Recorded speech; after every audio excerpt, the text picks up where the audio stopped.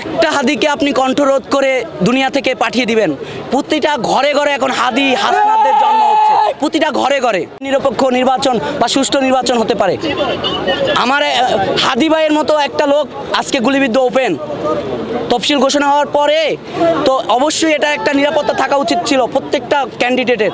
কই হাদিকে তো গুলিবিদ্ধ করে রাখা হলো, তাহলে আমরা কিভাবে আশা করব যে এই সরকারের আমলে একটি সুষ্ঠু নিরপেক্ষ নির্বাচন হবে?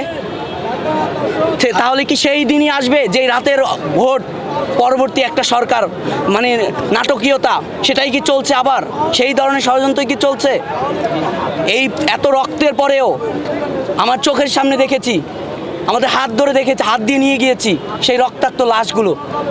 তো সেই এত কিছুর পরেও বাংলাদেশে এখন একটা নিরপেক্ষ নির্বাচন আমরা আশা করতে পারছি না।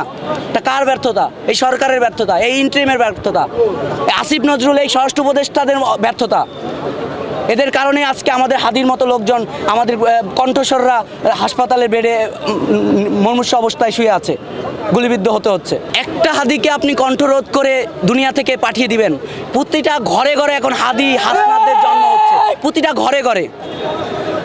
আমি আমার ব্যক্তিগত জায়গা থেকে বলি, আমার ছোট ছোট কারোর সাথে কথা হলে আমি প্রায় বন্ধুসুলভ আচরণ করি ছোটদের সাথে।